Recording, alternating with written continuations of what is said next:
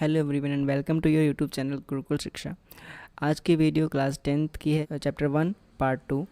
इसके पहले की वीडियो में हमने केमिकल रिएक्शन क्या होता है, केमिकल इक्वेशन क्या होता है, केमिकल चेंजेस क्या होते हैं, balancing of chemical equation, laws of conservation of mass and skeleton of chemical equation, ये टॉपिक कवर किए हैं। अगर आप वीडियो देखने के बाद यहाँ आए हैं तो चैप्टर कंप्लीट इस वीडियो में सॉल्व हो जाएगा।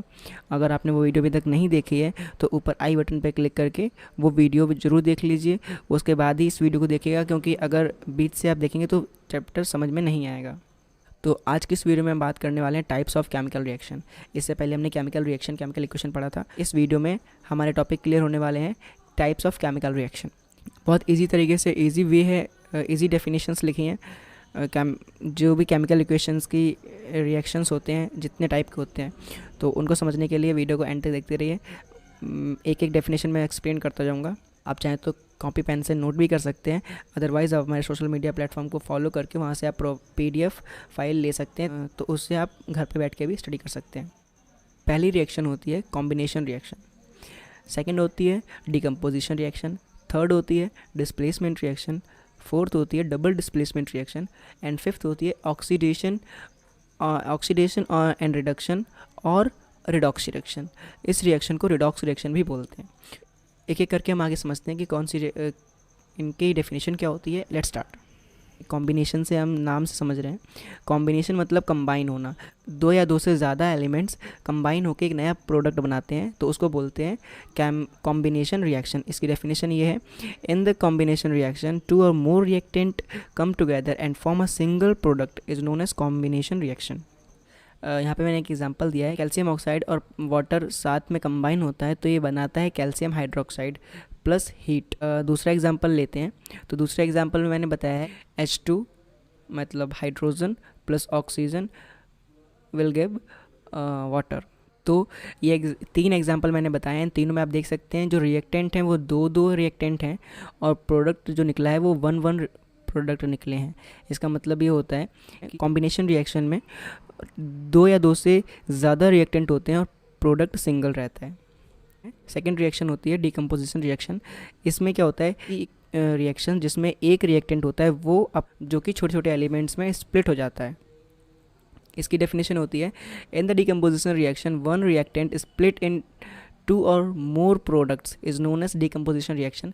जैसे कि यहाँ पे आप देख सकते हैं एग्जांपल, फेरियस सल्फेट जो एक रिएक्टेंट है ये अपने छोटे छोटे प्रोडक्ट्स में स्प्लिट हो गया है। जो कि फेरियस सल्फेट था रिएक्शन से पहले, जब उसको हीट किया गया तो हीट करने के बाद ये फेरियस ऑक्साइड, सल्फ़र डाइऑक्साइड और सल्फ़र ट्राइऑक्साइड में कन्वर्ट हो गया।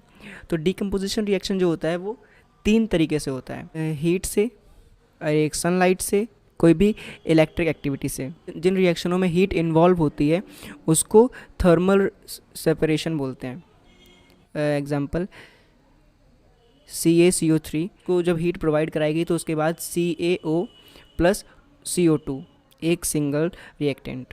तो अब आते हैं डिस्प्लेसमेंट रिएक्शन पे। डिस्प्लेसमेंट रिएक्शन में क्या होता है, जब दो रिएक्टेंट साथ में होते हैं और उसमें से एक ज़्यादा रिएक्टिव होता है और एक कम रिएक्टिव होता है, तो दोनों आपस में रिएक्ट करके एक नया प्रोडक्ट बनाते हैं। जो ज़्यादा रिएक्टिव एलिमेंट होता है वो कम रिएक्टिव एलिमेंट को डिस्प्लेस करके एक नया प्रोडक्ट बनाता है। डिस्प्लेसमेंट रिएक्शन में मेटल एंड नॉन मेटल दोनों ही पार्ट ले सकते हैं। और during a displacement reaction only one atom displace and form a new substance. That's why we can give another name of displacement reaction as single displacement reaction. Displacement reaction में एक ही single जो atom होता है वही displace होता है, तो इसलिए हम इसको सिंगल डिस्प्लेसमेंट रिएक्शन भी बोलते हैं। तो नेक्स्ट पॉइंट है double displacement reaction. Reaction in which ions are exchange between the reaction are called double displacement reaction. जिस रिएक्शन में इसके आयन्स चेंज होते हैं उसको डबल डिस्प्लेसमेंट रिएक्शन बोलते हैं। इसमें एक से ज़्यादा एटम के आयन्स एक्सचेंज होते हैं तो इसलिए इसको हम डबल डिस्प्लेसमेंट रिएक्शन बोलते हैं। लास्ट टॉपिक है ऑक्सीडेशन एंड रिडक्शन।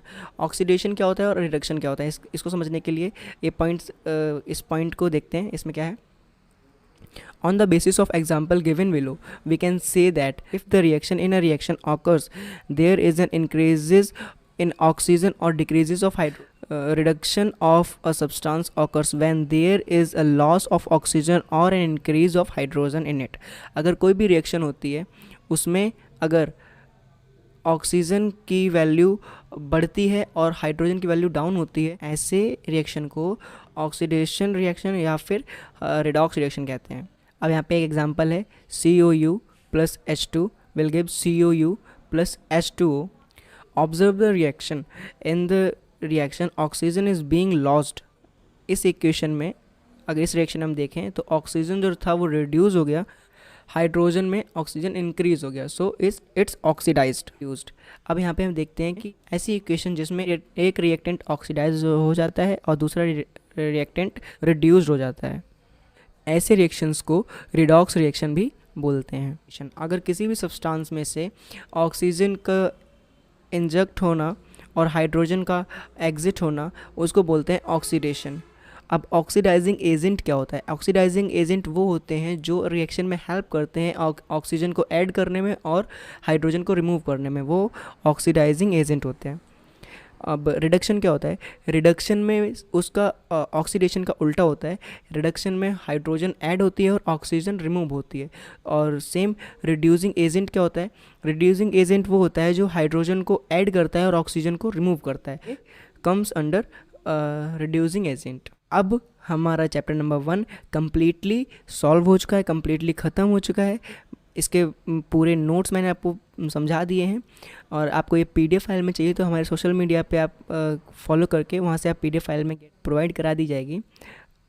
तो आपको ये वीडियो कैसी लगी कमेंट सेक्शन में ज़रूर बताइए. Thank you for watching. अगर आपने अभी तक हमारा चैनल सब्सक्राइब नहीं किया तो चैनल को सब्सक्राइब कर लीजिए और बेल आइकन को भी दबा लीजिए, लेटेस्ट वीडियो की नोटिफिकेशन आप तक सबसे पहले पहुँच सके.